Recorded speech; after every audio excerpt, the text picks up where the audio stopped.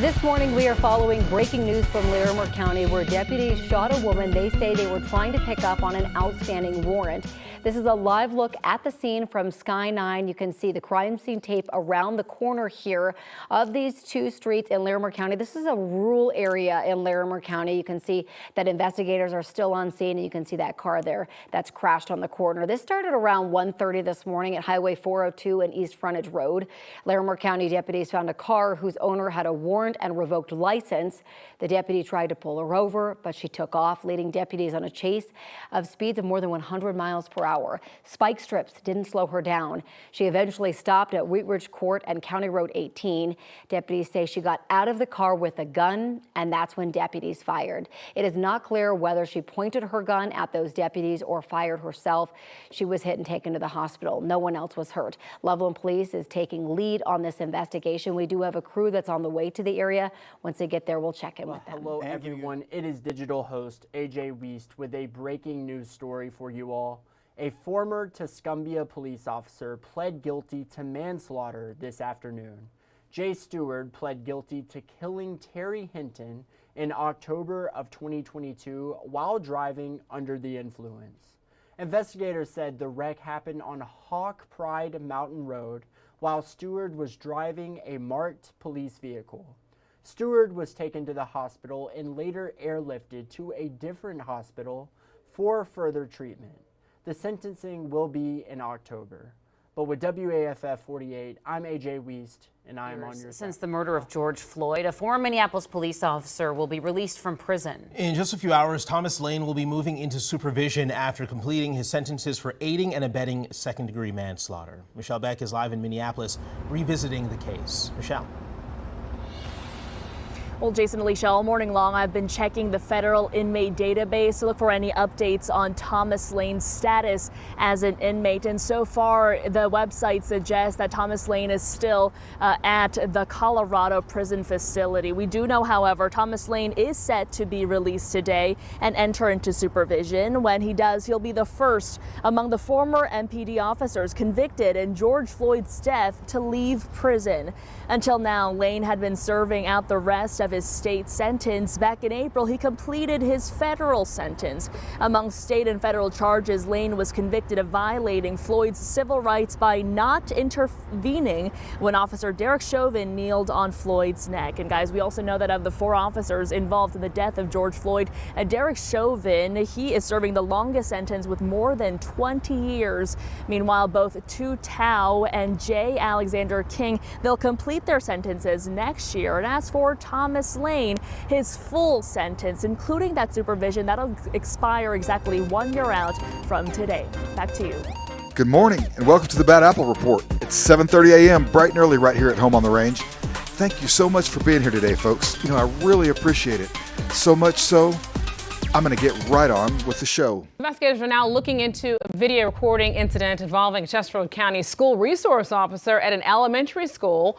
The mother of a second grader says it shows the officer hitting her young daughter in the school's hallway. Well, agents with the South Carolina Law Enforcement Division, also known as SLED, now have that case, but they're not talking about it just yet. Queen City News reporter Daniel Pierce spoke exclusively tonight with the mother who is demanding charges against the officer. Yeah, the Chesterfield County mother says that this is a situation she never prepared herself for, dropping her child off at school. Her daughter still dealing with a swollen lip, still on edge. She is incredibly thankful, though, that this video captured everything. Bridget Emanuel won't ever forget this 16-second video. It's pretty rough, but I got to advocate for my child. This is inside the second grade hallway at Sherraw Primary School last Wednesday. It's immediately after Emanuel says her daughter ran out of class after suffering an anxiety episode. Sometimes she doesn't even remember the behaviors. You can see the school resource officer and another person carrying her daughter by the arms. The SRO appears to remove her daughter's headphones. Her daughter then appears to try and drop to the floor, but the 2 men still have the 7-year-old's arm. Her legs swing and appear to make contact with the officers. They're saying she kicked him, but he's 6'5", you're a grown man. A kick from a 7-year-old can't do that much damage. He then appears to hit her in the face. She grabs her mouth before the video ends. I want him arrested and charged with assault. on a child. What could she do? She couldn't defend herself. She couldn't fight back. Chesterfield County school officials say this is a law enforcement matter. Local deputies are declining to provide information, saying it's now a state case. Meanwhile, Emmanuel argues it falls on every agency to make sure every student is safe. You send them to be safe and protected, not assaulted by the school resource officer. I reached out earlier today before we knew that they were involved to the South Carolina Law Enforcement Division to ask if they have investigated this school resource officer before or if they are investigating them now. We learned just before 6 o'clock that they have been brought in. They said that they are working to compile information and they will release that once they have it available. James Stokes Sr. heard talking on the phone. You're the one playing that don't never show up, mother freaker. In between sending texts. He's on duty at the time. I'm on patrol. Where am I supposed to be? Working the road for the Seaman Police Department. His shift seems to take an unusual turn after stopping to talk to a man he knows and who he allowed to drive his personal truck. I have some oil. I'm getting underwear on. Stokes is heard making sexual comments to the man. You can give me 5 minutes. Let me play with it 5 minutes. Stokes asks the man to meet him at the police department. I think I'm deserving it, Rolla. I don't deserve it. Okay, I guess I don't deserve it, so I'm gonna go file unauthorized use of motor vehicle on you. And also threatens to turn the man in for driving without a license, a comment that's made a second time. What time you come into my place for alone time? And if I don't get alone time tonight, I swear to God, I will file a charge on you and I'll have your butt arrested. The two eventually end up at the police department. Once inside, Stokes makes more sexual comments. Oh my God. Strip down. The man seems reluctant to engage in Stokes' advances. We'll get together or not. It's not clear what happened after the body camera was taken off, but still rolling. When questioned by BCI agents, the man told them Stokes was obsessed with him and the relationship wasn't sexual. Stokes answers a little different. Did you have a sexual relationship with him on that day? Yeah. And the investigation revealed Stokes used a police database to search the man's personal information, and while on duty, he left the village to meet the man 15 to 20 minutes away at a pawn shop. That led to the theft in office conviction. Stokes is currently serving 180 days in a county jail. He was also sentenced to 3 years probation, community service, and a $2,000 fine. Heroes. It takes all kind, am I right? Hey, guess what? It gets worse. Breaking this evening, an IMPD sergeant under arrest for child exploitation and child pornography. He's been with the department for more than a decade, but now faces a long list of felony charges. CBS 4's Max Lewis has all the breaking details. Sergeant Haved Richards has been with IMPD for 12 years now. He was most recently assigned to the department's Internal Affairs Unit. That means an official who was supposed to help investigate complaints of IMPD officers is now facing charges himself. Richards was arrested for 12 counts of child exploitation. This investigation started less than 2 weeks ago when an Internet Crimes Against Children detective received a tip from the National Center for Missing and Exploited Children. IMPD says there's evidence that an IP address came back to a personal home router with the same name as an IMPD officer. They also obtained additional evidence from search warrants. Richards was arrested today. The Marion County Prosecutor's Office will make the final charging decision. IMPD Chief Chris Bailey called the allegations disturbing, saying in a statement, quote, his alleged actions constitute a betrayal of the sacred oath we take to protect and serve our community. Again, Richards is right now suspended, and IMPD Chief Chris Bailey has recommended to the Police Merit Board that he be fired. In the newsroom tonight, Max Lewis, CBS 4 Investigators tell News 5 that a tip about Officer Jeffrey Parker came into the National Center for Missing and Exploited Children, also known as NCMEC, which then made a referral to the Ohio Internet Crimes Against Children Task Force in Cuyahoga County.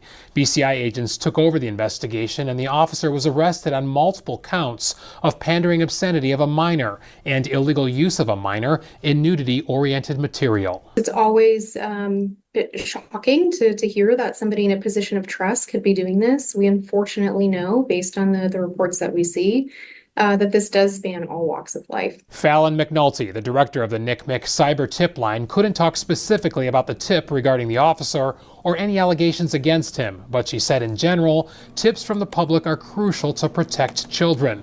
Last year, the agency received 36 million reports. Those reports are so important because this is the upload of child sexual abuse material, could be instances like online enticement or sextortion. Parker has been on the police force for 4 years. Akron Police Chief Brian Harding said, in part, "I am sickened to learn of these charges against one of our employees. Anyone engaging in this behavior should be held accountable for their actions to the fullest extent possible by law." And Akron Mayor Shamus Malik said, in part, "I find the alleged behavior of Officer Parker to be disgusting and morally reprehensible." Tim Dimoff is a former Akron police officer, a private investigator now. Like this, what's your initial reaction when you hear that it's a police officer accused? I think it hits home, it strikes harder, and it's more disgusting and more disappointing because we put our professional people at a higher level. This is the second time in 2 years that an Akron officer has been accused of crimes against children. Former officer Michael Dillon, who secretly filmed and inappropriately touched a young girl, got 13 to 17 years in prison. Parker's case now expected to go before a grand jury. According to Akron Police, Officer Parker is on paid leave per department procedure and the union contract. The president of the Akron FOP Lodge told me the union does not condone any criminal behavior, and the FOP is not representing Officer Parker in this criminal matter. The suspended sheriff was at the defense table with his head buried when I walked into court this afternoon when the jury announced they had indeed reached a unanimous verdict in this case. Lemon had to be thinking the worst, since quick verdicts often mean bad news for a defendant. I watched as a clerk read the verdict and announced not guilty. That's when Lemon's head popped up and he looked at his attorney with a look of utter disbelief. Now, I caught up with Charles Lemon when he walked out of the courthouse here tonight. That look on your face when you heard not guilty, I don't think it's sunk in yet, did it? It hasn't. What did you hear? I just heard not guilty, and I just want to say, first, I give God all the glory and all the honor. And I want to thank my family, I want to thank my friends, and I want to thank both of my attorneys. A lot of people saw that video, and that's all they've seen for the last couple of years. Are you proud of what happened that day? Could you have handled that differently? I'm not proud of what happened, but at the time, I'll tell you, like I told the jury, split-second decisions, and I tried to do the best I could, and I think that myself and Cook and the jail staff did a great job. We did good.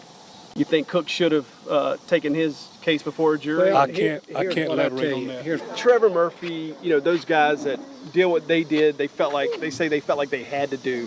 What would you say to them tonight? I have no comment on that, Jordan. I appreciate you asking. Now, I also wanted to know how the prosecution took this verdict. A huge loss. This was a major loss for the government, the FBI, and SLED agents who all spent the past 2+ years and the last, 5 days of court trying to convict Charles Lemon. When the dust settled here this afternoon, though, this evening, prosecutors, SLED, and the FBI slipped out the back door here at this federal courthouse and came nowhere near our cameras. Now, this all started for us in 2021 when we got this copy of this jailhouse video. It was actually a cell phone recording of the original body camera recording showing Deputy Andrew Cook tasing Jarrell Johnson on the order of Sheriff Lemon. Again, Cook delivered 6 total strikes from the taser that day. Now, body camera recording, this recording was deleted from the sheriff's office evidence room at some point, but SLED got a copy when we got ours. The state indicted Lemon and Cook in December of 2021. The South Carolina Attorney General's office later dropped the state charges of misconduct and felony assault against Lemon and Cook, and the South Carolina Attorney General's office, under the leadership of Alan Wilson, gave the case to the feds to prosecute this federal civil rights case, a case that the U.S. Attorney's Office, SLED, and the FBI all lost here this evening. The crash in Santa Rosa took the life of a single mother who worked as a juvenile correctional officer. She was on her way to pick up her teenage daughter from school when she was killed. The suspect has a history of DUIs. Our crime reporter Henry Lee is live at the Santa Rosa Police Department with details on this tragedy. Henry? Well, besides his 4 DUIs, the suspect wasn't even supposed to be driving. His license was suspended in the past and was expired at the time of the crash. And today, he was charged with murder. A memorial of candles and flowers sits at the intersection in Santa Rosa where Sonoma County Juvenile Correctional Officer Jessica Avila Munoz was struck and killed by a suspected DUI driver. The 31-year-old Munoz was driving to pick up her 13-year-old daughter from school at the time of the crash. Now, her family and law enforcement colleagues are in mourning. She was a juvenile corrections counselor with our county and a single mother. And the whole situation is just absolutely tragic. The crash happened along busy Sebastopol Road at Lombardi Court at about 1:35 Friday afternoon. Munoz had just finished working out at this gym and was making a turn in her Honda onto Sebastopol when police say she was T-boned by a man who ran a red light in a Dodge Dakota pickup truck. Munoz was knocked unconscious and died at the hospital. Santa Rosa Police Sergeant Patricia Seffin says the suspect, 68-year-old Nan Van Nguyen, showed signs of being under the influence. He suffered minor injuries and was arrested. This isn't his first DUI-related incident. The suspect did have 4 prior DUI arrests, with the first being out of San Francisco County in 1987. I've learned he has 3 DUI convictions in Sonoma County for incidents in 1991, 2004, and 2016. The family was very proud of what she had accomplished through her education and then becoming a peace officer for Sonoma County Probation.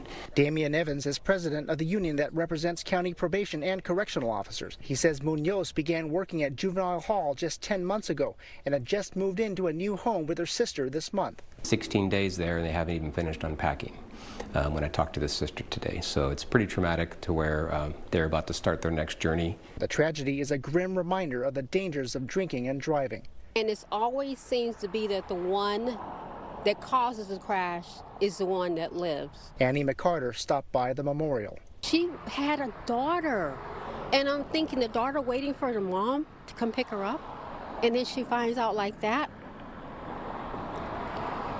It's heartbreaking. Now, the suspect was charged today with murder, gross vehicular manslaughter, and DUI. He's being held without bail. Let's call it a day, folks. Thank you so much for being here this morning to watch the Bad Apple Report right here at home on the range. You guys are awesome. You know what I'm going to do? I'm going to whip up another batch of bad apples just for you, and I'll see you right back here tomorrow morning at 7:30 a.m. bright and early. Have a great day, folks.